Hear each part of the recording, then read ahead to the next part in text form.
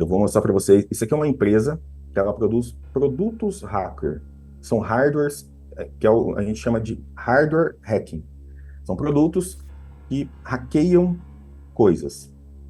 E um dos principais produtos que essa empresa produz, e a gente consegue fazer isso de forma bem barata, chamado pendrive hacker.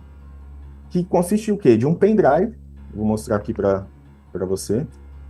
Deixa eu pegar ele aqui. Esse pendrive ele foi usado, tá, em um ataque real. Então, isso aqui é um pendrive, ó. Você pode ver. Você não colocaria esse pendrive em um computador, né? Se achasse ele. Ó, ele tem aqui um cartão de memória que é usado, né, para poder pôr as informações, coletar informações. E quando é conectado no computador, ele se comporta como se fosse um teclado. Então, nenhum antivírus vai pegar, nem nada. A gente plugou ele no computador, ele executa todas as funções de um teclado, só que eu programei aqui antes. Isso aqui ninguém colocaria. E isso aqui? Esse hardware é exatamente o que está dentro disso aqui. Isso aqui é um pendrive que foi feito para o Santander, para um ataque, e é um pendrive. Então, isso aqui, colocado numa bolsa ou jogado ali no banco, perto de algum funcionário, a pessoa pode ter curiosidade de usar, de testar. E quando colocar no computador, a função dele é executar como se fosse um teclado. O computador imagina que isso aqui não é um pendrive, que isso aqui é um teclado. Então não vai ter antivírus que vai bloquear, não vai ter firewall que vai bloquear.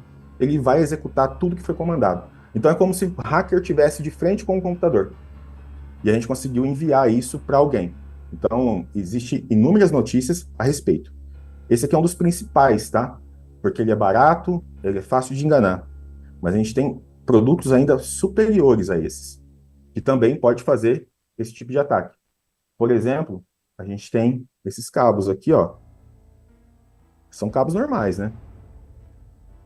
Cabo de iPhone, cabo de Android. Só que ele é dessa empresa aqui, que é um dos maiores, ele já é falecido, esse hacker, é um dos maiores hackers, chama o Kevin Mitnick, que ó, o aviso que vem na caixa, né? É o USB Ninja. Esse é um cabo que ele faz a mesma coisa que esse pendrive hacker faz, só que a gente tem um controle, e aí eu controlo esse dispositivo a hora que eu quiser.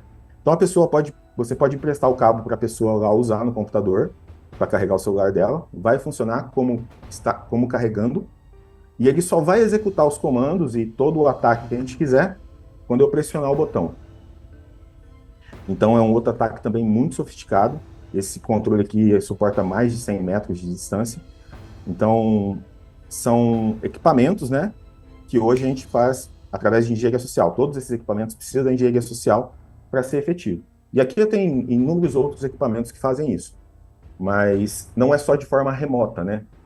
As pessoas achavam que sempre uma invasão a um banco, uma invasão a uma empresa, precisaria quebrar a segurança do firewall, quebrar a segurança ali dos servidores. E não, a maioria das invasões são feitas de dentro para fora.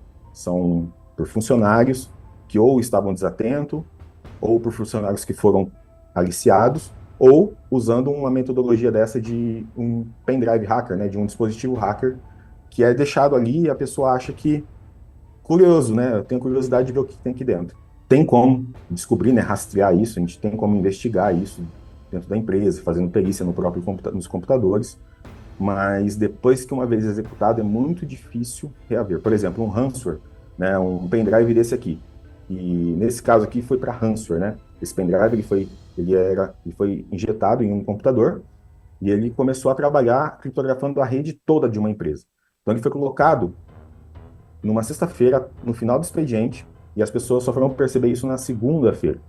Então, após ele ser colocado, ele fez todo, é como se o hacker tivesse ali no local, né? Então, ele instalou programas automaticamente, ele baixou arquivos da internet, ele foi fazendo todo o processo, e depois que ele fez todo esse processo, ele começou a criptografar os arquivos e dar permissão externa.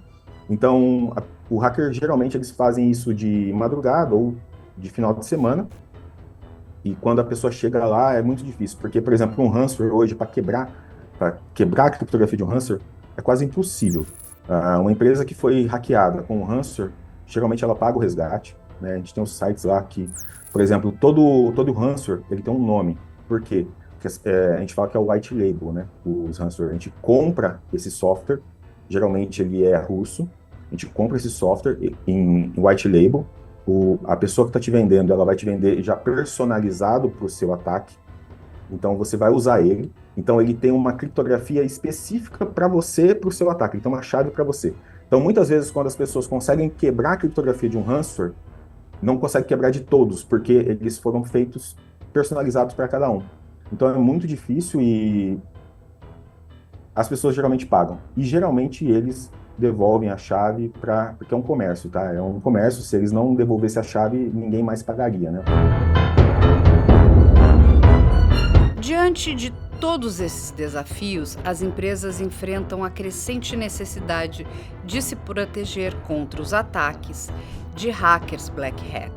A ameaça constante exige que elas se preparem de maneira eficaz para lidar com os riscos cibernéticos, adaptando-se a um cenário digital cada vez mais complexo e vulnerável. Imagine que um criminoso hoje ele acesse uma base de dados de cartões de crédito. Ele conseguiu acessar um site de varejo ou um banco. Isso vai ser um estrago. Hoje não é incomum quantas pessoas não têm compras no seu cartão de crédito hoje e que não sabiam e que estavam sendo passadas há muito tempo, como eram pequenos valores, um iFood, um Uber, a pessoa confunde que é ela mesma e não, tinha gente usando ali o cartão dela há muito tempo. Normalmente, quando vai contestar, o banco oferece um serviço horrível, fala que não, que consultou as instituições e está tudo ok.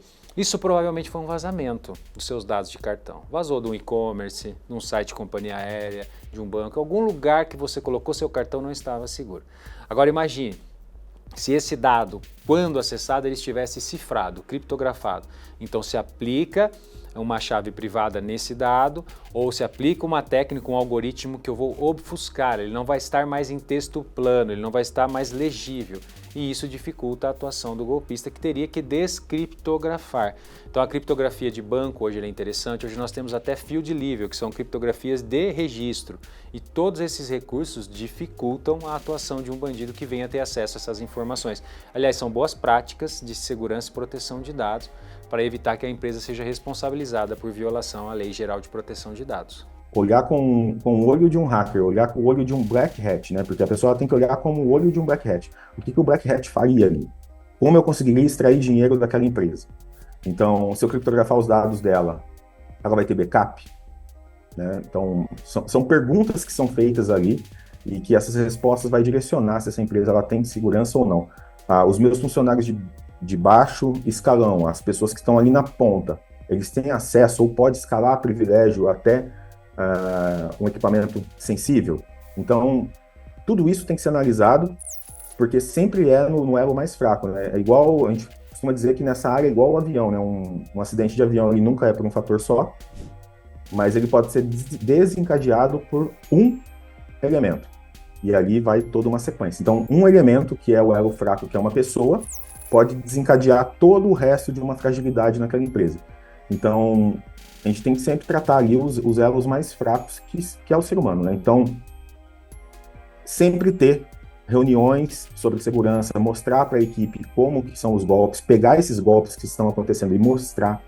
Uma dica que eu dou para o pessoal é no Google Threads lá, a gente fazer, é o Google Alerta, né? Na verdade, ele mudou o nome. A gente coloca lá, hacker, invasão, ransomware, a gente deixa lá para ele mandar e-mail de notícias. E a gente pegar toda semana essas notícias que chegam no e-mail relacionado a esse assunto e discutir com a equipe, ó, pessoal, olha as matérias que saíram a respeito de golpe